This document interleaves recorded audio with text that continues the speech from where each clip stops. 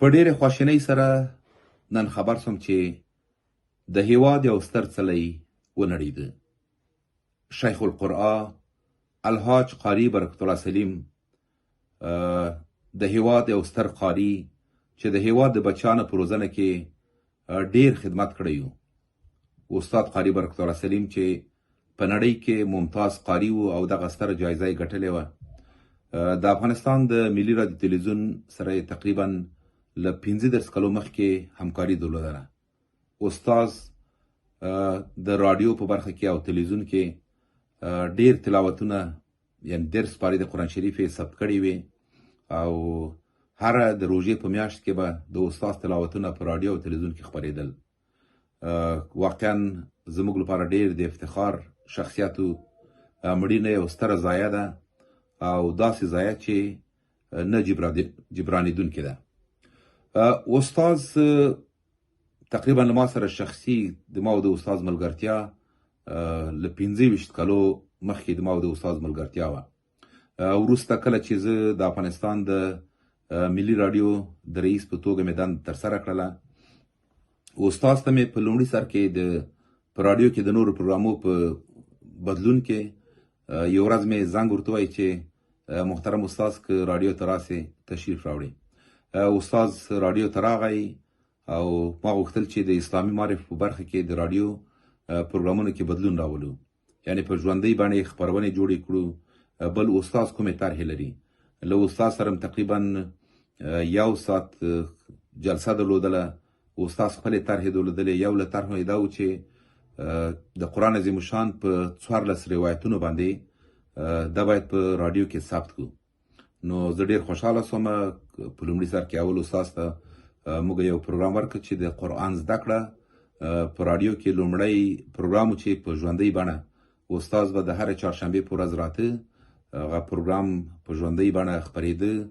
اورېدونکو به له خپرونې سره تلیفوني اړیکې نیولې. د قرآن عظیم الشان په زده کړه کې به یې له استاده پوښتنې کولې او استاد به په ډېره حوصلې سره تقریبا 1 ساعت د پروګرام چلاوه.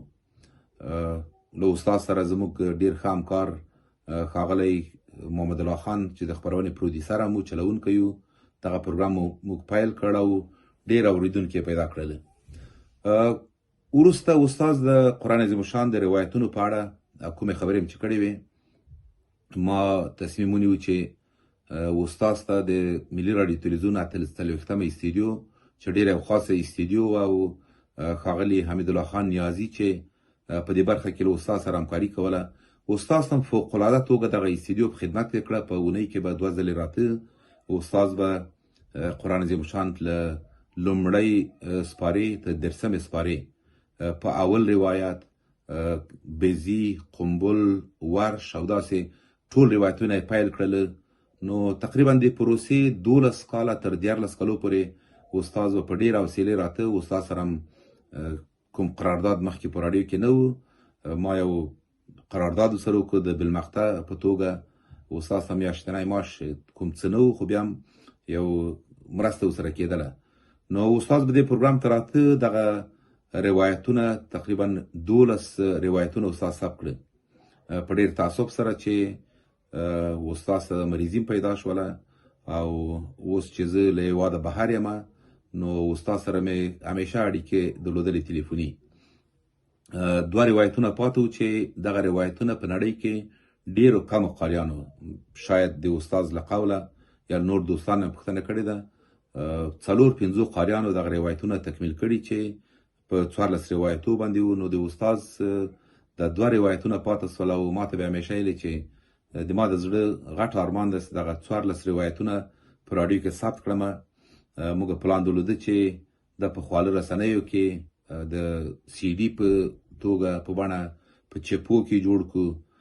بل یعنی هر چا ته ورسیږي دغه روایتونه او هر څوک له قرآن عظیم الشان نه استفاده وکړي. هم به د دوی د زده کړې لپاره و، هم به یې اوري. بل زموږ لپاره افتخار و چې استاد ته یو غټ پروګرام ونیسو، دغه روایتونه ټول تکمیل سي او استاد به ونازوو. نو نن خبر سوم چې استاد له دې نړۍ نه سترګې پټې کړلې. د استاد مرګ بیا هم وایم چې ستره ضایعه ده. استاد نه یوازې دا چې د افغانستان لپاره د ټولو خلکو لپاره په نړۍ کې هم ټولو خلکو پیژنده. استاد به معمولا هره د روژې په میاشت کې لومړی 10 ورځې به په کابل کې د ښاغلي نجیب زراب چې ملي سوداګر و د هغوی په جومات کې به معمولا هر د روژې میاشت کې ختمونه کول. وروسته له هغه به له هېواد نه بهر په جرمني کې په انګلستان کې دغه راز کله امریکا ته بهرنۍ هېوادونو ته هم ته هلته به یې د روژې دغه 10 ورځې ختم هلته کوو. استاد ډېره مهربانه شخصیت و. د استاد ډېره ښه کورنۍ وه. له زمنو سره هم بلد ومه. په خاص توګه خیبر خان د استاد زوم و.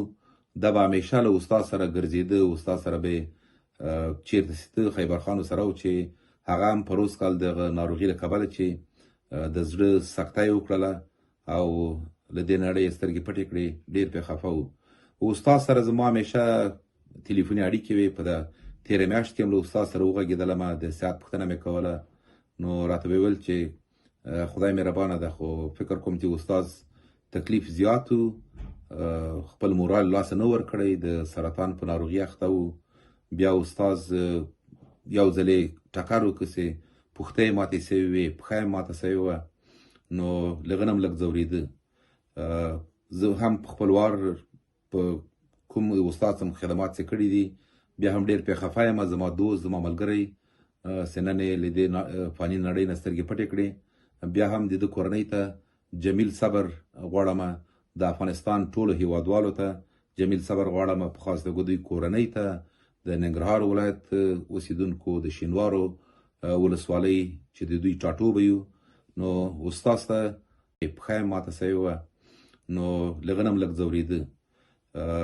زه هم په خپل وار په کوم استاد سم خدمات چې کړي دي بیا هم ډېر پرې خفه یم. زما دوست زما ملګری چې نن یې له دې فاني نړۍ نه سترګې پټې کړې. بیا هم د ده کورنۍ ته جمیل صبر غواړم. د افغانستان ټولو هېوادوالو ته جمیل صبر غواړم. په خاص توګه دوی کورنۍ ته د ننګرهار ولایت اوسېدونکو د شینوارو ولسوالۍ چې د دوی ټاټوبه یو. نو استاد ته جنتونه غواړم او بیا هم کورنۍ ته جمیل صبر غواړم.